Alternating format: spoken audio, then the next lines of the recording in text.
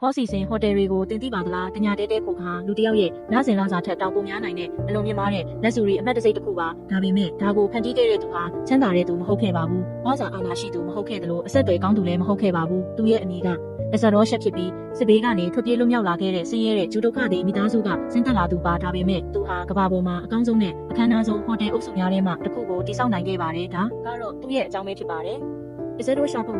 1930ခုနှစ်မှာကနေဒါနိုင်ငံတိုရွန်တိုမြို့မှာမွေးဖွားခဲ့ပါတယ်။သူရဲ့မိဘတွေဟာပိုလန်နိုင်ငံကနေအကြမ်းဖက်မှုတွေနဲ့ခွဲခြားဆက်ဆံမှုတွေကိုရှောင်ရှားရင်းထွက်ပြေးလာခဲ့ကြတဲ့ဆင်းရဲတဲ့ဒုက္ခသည်တွေဖြစ်ပါတယ်။သူတို့ဟာဒိငယ်ပြီးလူကျက်သေးတဲ့အိမ်လေးတစ်အိမ်မှာနေထိုင်ခဲ့ကြပါတယ်။ငွေကြေးအများကြီးကျက်သေးခဲ့ပြီးဘဝကဘယ်တော့မှမလွယ်ကူခဲ့ပါဘူး။ဒါပေမဲ့အစတော့မှရှိခဲ့တဲ့အရာတစ်ခုကတော့အရာဝတ္ထုတွေကိုတကယ်တမ်းဘယ်လိုတည်ဆောက်ရမလဲဆိုတာသင်ပေးခဲ့တဲ့အဖေတစ်ယောက်ရှိခဲ့တာပါသူ့ရဲ့အဖေဟာ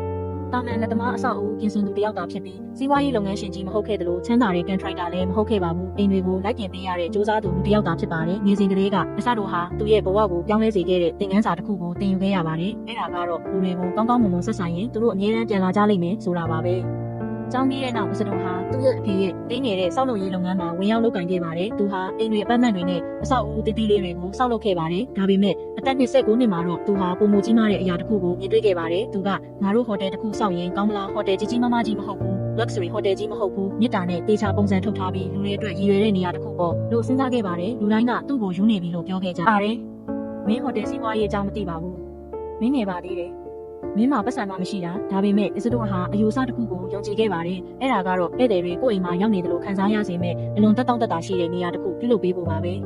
1962ခုနှစ်မှာတော့သူဟာတိုရွန်တိုမြို့မှာ The Four Seasons Motor Hotel ဆိုတဲ့သူ့ရဲ့ပထမဆုံးဟိုတယ်ကိုတည်ဆောက်ခဲ့ပါတယ်အဲ့ဒါကစမ်းတစ်လောက်မှနေခဲ့ပါဘူးမကြီးမားခဲ့ပါဘူးဒါပေမဲ့လူတွေကသဘောကျခဲ့ကြပါတယ်ဘာကြောင့်လဲဘာလို့လဲဆိုတော့ဝန်ထမ်းတွေကဧည့်သည်တိုင်းကိုမိသားစုဝင်တွေလိုဆက်ဆံခဲ့ကြလို့ပါပဲဟိုတယ်ကအောင်မြင်လာတာနဲ့အမျှအစတို့ဟာအရေးကြီးတဲ့အချက်တစ်ခုကိုသတိပြုမိခဲ့ပါတယ်အဲ့ဒါကတော့ဧည့်သည်တွေဟာအဆောက်အဦအကြောင်းအစားအသောက်အကြောင်းဒါမှမဟုတ်ဈေးနှုန်းအကြောင်းကိုအများဆုံးမပြောကြပါဘူးဝန်ထမ်းတွေကသူတို့ကိုဘယ်လိုခံစားရအောင်ပြုလုပ်ပေးခဲ့လဲဆိုတာကိုပဲပြောဆိုခဲ့ကြတာပါဒါကြောင့်အစတို့ဟာဟိုတယ်သမိုင်းကိုပြောင်းလဲစေမဲ့စီကံတစ်ခုကိုဖန်တီးခဲ့ပါတယ်အဲ့ဒါကတော့သူတစ်ပါးကတင့်ကိုဆက်ဆံစေခြင်းတလို့သူတစ်ပါးကိုပြန်လည်ဆက်ဆံမှာဆိုတာပါပဲရိုးရှင်းတယ်လူသားဆန်တယ်စွမ်းအားပါတယ်ဒီစီကံဟာ4 season ရဲ့ယဉ်ကျေးမှုဖြစ်လာခဲ့ပါတယ်ကျင်နာမှုလေးစားမှုနဲ့စေတနာမှန်တို့နဲ့တိစောက်ထားတဲ့ယဉ်ကျေးမှုတစ်ခုပေါ့အခြားဟိုတယ်တွေကအမြတ်ဆုံးပမာဏဒါမှမဟုတ်ခိခံကိမှုတွေကိုအဓိကထားနေချိန်မှာ4 season ကတော့လူတွေကိုအဓိကထားခဲ့ပါတယ်အဲ့ဒါကပဲသူတို့ရဲ့ထူးခြားတဲ့စွမ်းအားဖြစ်လာခဲ့ပါတယ်1990နဲ့80ပြည့်လွန်နှစ်တွေမှာအစလိုရှာမှာပုံမကြီးမားတဲ့အိမ်မက်တစ်ခုရှိခဲ့ပါတယ်သူဟာ4 season ကိုကမ္ဘာပေါ်မှာအကောင်းဆုံး luxury hotel အမှတ်တရဖြစ်လာစေခြင်းခဲ့ပါတယ်အကြီးဆုံးအသက်တာဆုံးဒါမှမဟုတ်အစမ်းပြားဆုံးမဟုတ်ပဲအကောင်းဆုံးဖြစ်ခြင်းခဲ့တာပ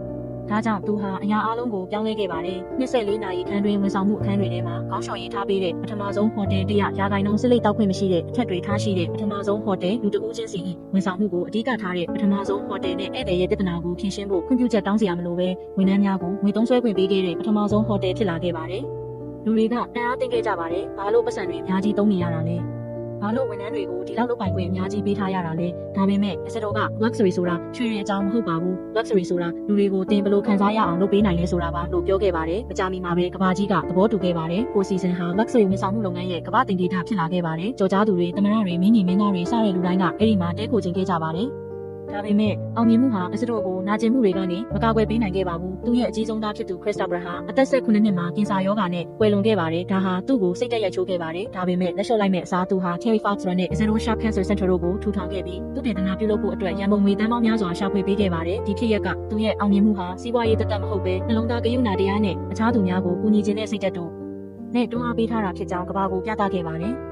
ဒီနေ့မှာတော့ Four Seasons Hotel ဟာကမ္ဘာပေါ်မှာအလေးစားရဆုံး luxury အမှတ်တရများထဲမှာတစ်ခုဖြစ်ပြီးနိုင်ငံပေါင်း40ကျော်မှာဟိုတယ်ပေါင်း100ထက်မကရှိနေပြီဖြစ်ပါတယ်။ဒါတွေအားလုံးဟာကျင်နာမှုဟာငွေကြေးထက်ပိုမိုစွမ်းအားရှိတယ်လို့ယုံကြည်ခဲ့တဲ့စည်ရဲတဲ့ဒုက္ခသည်တယောက်ရဲ့သားဖြစ်သူလူတယောက်ကနေစတင်ခဲ့တာပါ။လက်စတော်ရှာဖာကကြီးမြတ်မှုဆိုတာစီးစိမ်ဥစ္စာပညာရေးဒါမှမဟုတ်အဆက်အသွယ်တွေကနေလာတာမဟုတ်ပဲလူတွေကိုသင်ဘယ်လိုဆက်ဆံတယ်လဲဆိုတာကနေလာတာဖြစ်ကြောင်းသက်သေပြခဲ့ပါတယ်။ဒါကြောင့်နောက်တစ်ချိန် Four Seasons Hotel ကိုမြင်တွေ့ရတဲ့အခါဒါဟာအိမ်မက်တစ်ခုနဲ့အဲ့ဒါကိုလက်တွေ့ဖြစ်လာအောင်လှုပ်ဆောင်ခဲ့တဲ့နှလုံးသားတစ်ခုကလွဲလို့ဘာမှမရှိပဲစတင်ခဲ့တာပါဆိုတာကိုသတိရပါကြည့်ရှုပေးတဲ့အတွက်ကျေးဇူးတင်ပါတယ်ဒီအကြောင်းအရာကိုနှစ်သက်တယ်ဆိုရင်နောက်ထပ်ဗီဒီယိုတွေအတွက် PH and Fee ကို subscribe ပြုလုပ်ထားဖို့မမေ့ပါနဲ့